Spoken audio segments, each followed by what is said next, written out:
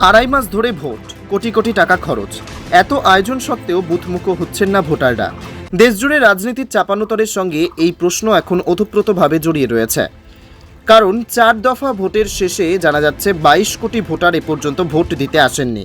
আর এই তথ্য মিলছে নির্বাচন কমিশনের রিপোর্ট বিশ্লেষণ করে। কেন ভোট দিতে অনীহা কোটি কোটি মানুষের?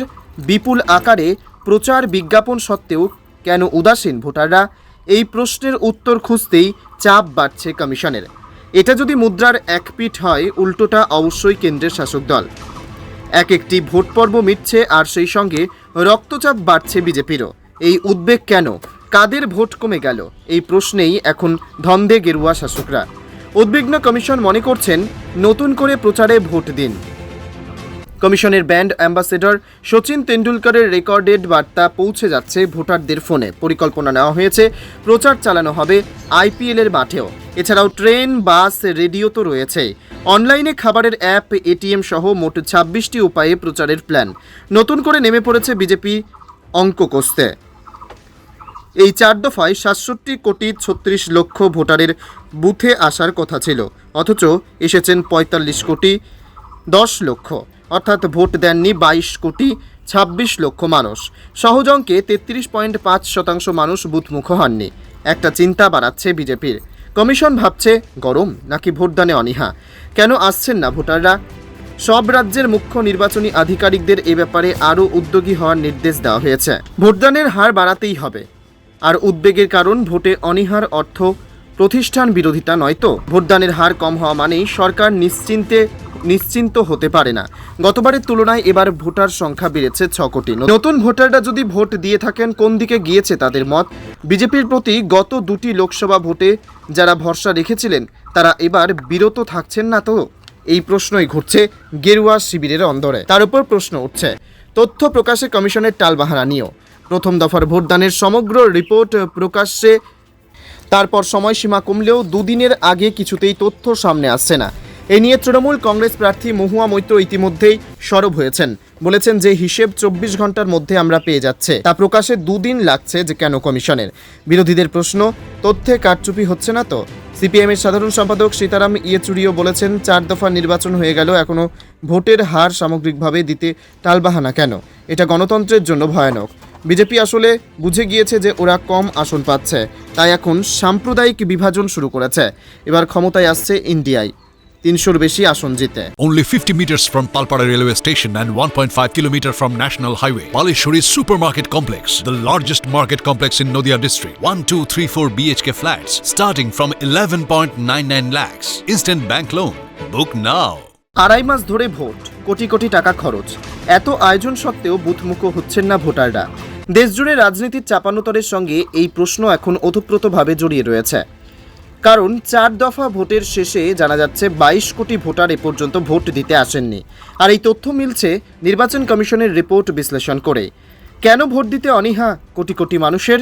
বিপুল আকারে প্রচার বিজ্ঞাপন সত্ত্বেও কেন উদাসীন ভোটাররা? এই প্রশ্নের উত্তর খুঁজতেই চাপ বাড়ছে কমিশনের। এটা যদি মুদ্রার এক পিঠ হয়, উল্টোটা অবশ্যই কেন্দ্রের শাসক দল।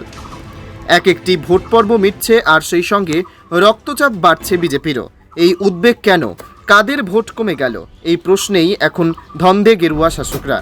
উদ্বিগ্ন কমিশন মনে করছেন নতুন করে প্রচারে ভোট দিন। কমিশনের ব্র্যান্ড অ্যাম্বাসেডর সচিন তেন্ডুলকরের রেকর্ডেড বার্তা পৌঁছে যাচ্ছে ভোটারদের ফোনে। পরিকল্পনা নেওয়া হয়েছে, প্রচার চালানো হবে আইপিএলের মাঠেও। এছাড়াও ট্রেন, বাস, রেডিও তো রয়েছে। অনলাইনে খাবারের অ্যাপ, এটিএম সহ মোট 26টি উপায়ে প্রচারের প্ল্যান। নতুন করে নেমে পড়েছে বিজেপি অঙ্ক কষতে। এই 4 দফায় 67 কোটি 36 লক্ষ ভোটারের বুথে আসার কথা ছিল, অথচ এসেছেন 45 কোটি 10 লক্ষ, অর্থাৎ ভোট দেননি 22 কোটি 26 লক্ষ মানুষ। সহজ অঙ্কে 33.5% মানুষ বুথমুখ হননি। একটা চিন্তা বাড়াচ্ছে বিজেপির। কমিশন ভাবছে গরম নাকি ভোটদানে অনীহা? কেন আসছেন না ভোটাররা? সব রাজ্যের মুখ্য নির্বাচনী আধিকারিকদের এ ব্যাপারে আরও উদ্যোগী হওয়ার নির্দেশ দেওয়া হয়েছে। ভোটদানের হার বাড়াতেই হবে। আর উদ্বেগের কারণ, ভোটে অনীহার অর্থ প্রতিষ্ঠান বিরোধিতা নয় তো। ভোটদানের হার কম হওয়া মানেই সরকার নিশ্চিন্ত হতে পারে না। গতবারের তুলনায় এবার ভোটার সংখ্যা বেড়েছে 6 কোটি। নতুন ভোটাররা যদি ভোট দিয়ে থাকেন, কোন দিকে গিয়েছে তাদের মত?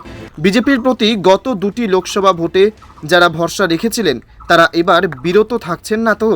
এই প্রশ্নই ঘুরছে গেরুয়া শিবিরের অন্দরে। তার উপর প্রশ্ন উঠছে তথ্য প্রকাশে কমিশনের টালবাহানা নিয়েও।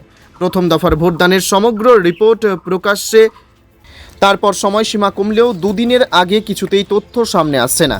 এ নিয়ে তৃণমূল কংগ্রেস প্রার্থী মহুয়া মৈত্র ইতিমধ্যেই সরব হয়েছেন, বলেছেন যে হিসেব 24 ঘন্টার মধ্যে আমরা পেয়ে যাচ্ছে, তা প্রকাশে 2 দিন লাগছে যে কেন কমিশনের? বিরোধীদের প্রশ্ন, তথ্যে কারচুপি হচ্ছে না তো?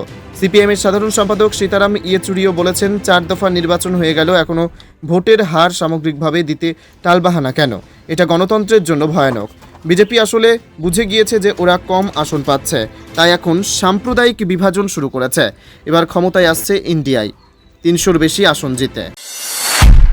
নদিয়া জেলার সবথেকে বড় বিল্ডার্স চাকদার মা মনসা বিল্ডার্স, রড ও সিমেন্টের পাইকারি ও খুচরো বিক্রেতা। মা মনসা বিল্ডার্স, পদ্মবিলা, চাকদা, নদিয়া। রড কেনাকাটায় থাকছে ডিসকাউন্ট অফার। মা মনসা বিল্ডার্স। নদিয়ার সবথেকে বড় English medium school JRS public school, প্রায় 35 বিঘা জমির ওপর গড়ে উঠেছে বিশাল campus.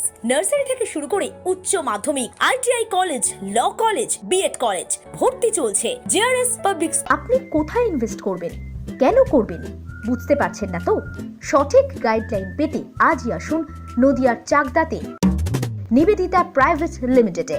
Nivedita private limited, marketing and distribution service. Balcony বা সিঁড়ির রেলিং, মডিউলার কিচেন বা ড্রয়িং রুম, এক কথায় আপনার স্বপ্নের বাড়িকে করে তুলুন আরো সুন্দর।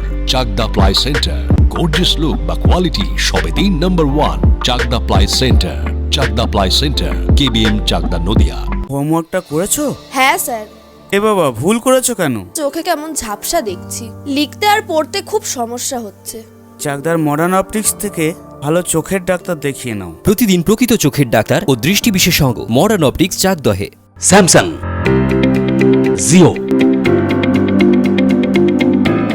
রিয়েলমি, নদিয়ার একমাত্র অথরাইজড ডিস্ট্রিবিউটর ঘোষ কমিউনিকেশন, থানার মোড়, চাকদা, নদিয়া।